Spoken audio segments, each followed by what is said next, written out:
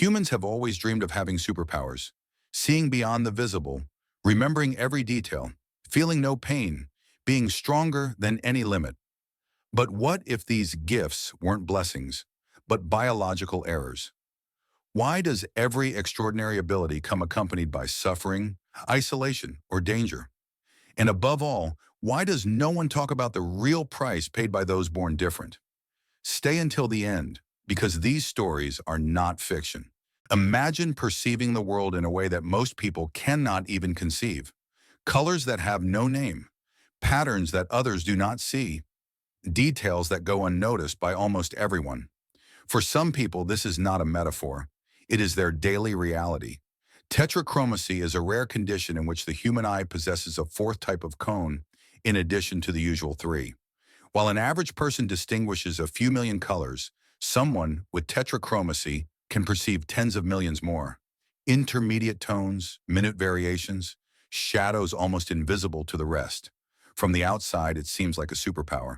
But living like this is not always an advantage. Visual overload can be exhausting.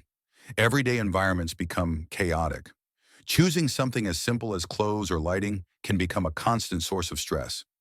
Something similar happens with hyperlexia. Children who learn to read spontaneously at 2 or 3 years old, who recognize words, symbols, and patterns with astonishing speed. Their processing capacity is so fast that written language becomes almost intuitive. However, this ability is not always accompanied by an equivalent emotional understanding. Many children with hyperlexia have difficulty communicating, interpreting gestures, and connecting socially. They can read before anyone else, but they don't always manage to fit in with others. Here appears the pattern that repeats itself over and over again. The body or the mind advances in one aspect, but pays the price in another. Society tends to romanticize these abilities. It speaks of talents, of special gifts, but it rarely stops to look at the constant effort involved in living with hyperstimulated senses.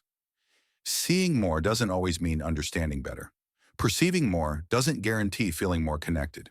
When the senses are taken to the extreme, the human experience changes completely.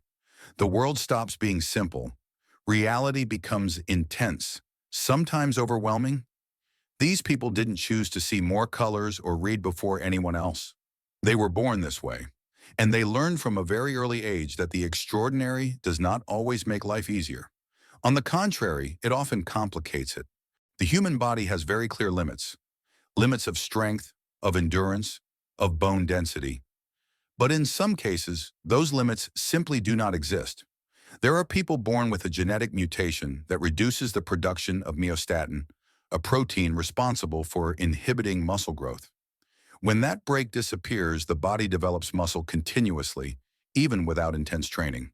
From the outside, it seems like an absolute advantage, extraordinary strength, an imposing physique, uncommon endurance. However, this type of body was not designed for the real world. Joints suffer more wear and tear. Tendons withstand constant tension. The body is strong, but also vulnerable in less visible ways. Something similar happens to people who possess super dense bones. Their bone structure is so resilient that fractures are extremely rare. Blows that would leave others immobilized barely cause them damage. At first glance, this sounds like any athlete's dream, but extreme density has consequences. Bones do not absorb impacts in the same way. Energy is transmitted directly to muscles, organs, and joints. Additionally, excess bone density is usually accompanied by other problems: chronic pain, mobility limitations, constant pressure on the nervous system. A body that does not break easily, but also does not rest. The paradox is clear. When the body exceeds natural limits, it loses the balance that made it functional. Strength stops being just strength. It becomes a permanent burden. These people do not live like superheroes. They live learning to control a body that responds differently than others. A body that requires special care, constant medical surveillance, and continuous adaptations. Nature does not give advantages without asking for something in return. Every excess breaks a prior harmony, and the further the body goes from its original design, the more evident it becomes that absolute strength does not always mean freedom. Sometimes it means living with a body that can never let its guard down. The human mind is designed to forget, to filter, to leave behind what is no longer useful. But some people cannot do it. Hyperthymesia is an extremely rare condition in which memory works without rest. Those who have it remember every day of their lives with an overwhelming level of detail. Dates, conversations, emotions, even the weather of a specific day from decades ago. From the outside, it seems like an impressive gift, never forgetting anything, never losing an important memory. But living like this has a profound cost. The brain cannot prioritize, it cannot close chapters. Every mistake, every loss, every painful moment remains intact, as if it had just happened. Forgetting is not a failure of the system. It is a protective function. Something similar happens with savant syndrome, also known as savant. People with extraordinary cognitive abilities in very specific areas, mathematical calculation, music, drawing, spatial memory. Some can reproduce an entire city after seeing it only once. Others perform impossible operations in seconds. But these abilities usually coexist with great difficulties in daily life. Communication problems, social limitations, dependence on basic tasks. The mind becomes brilliant in one area, but fragile in many others. The pattern repeats itself again. When the brain specializes in an extreme way, it sacrifices balance. There is no switch to turn off the ability. There is no way to rest from a mind that is always active. These people do not live in constant advantage. They live managing an ability they never asked for, learning to survive within a mind that functions outside the norm. Society usually applauds the result, but ignores the internal process. Genius does not always mean well-being. Perfect memory does not always mean peace. Sometimes, the most powerful mind is also the most exhausted. Feeling pain is one of the most basic functions of the human body. Pain warns. It protects. It forces one to stop. But some people are born without that alarm signal. Congenital insensitivity to pain is a condition in which the nervous system does not transmit the sensation of pain. Burns, fractures, serious infections can go unnoticed. The body is damaged, but the mind does not know it. From the outside, it seems like an advantage impossible to surpass. Not suffering, not feeling pain. The reality is very different. Without pain, there is no limit. Wounds worsen. Infections advance without being detected. Life expectancy is usually shorter. The body becomes a dangerous terrain that gives no warnings. Something even more extreme occurs with Stone Man syndrome, known medically as fibrodysplasia ossificans progressiva. In this disease, muscles and soft tissues slowly transform into bone. Every blow, every inflammation accelerates the process. The body, little by little, loses mobility. Joints lock up. The person becomes trapped within their own bone structure. There is no possible surgery. Cutting the bone only causes it to grow more. The body reacts as if every intervention were a wound that must be sealed with more ossification. Here, the prison is not metaphorical, it is literal. Both conditions show an uncomfortable truth. The human body depends on balance, not on the absence of limits. Not feeling pain does not mean being safe. Being indestructible does not mean being free. These people live with constant vigilance. Every movement counts. Every bodily decision has irreversible consequences. Nature, when it makes mistakes in its signals, does not create superheroes. Creates lives that must adapt to permanent risk.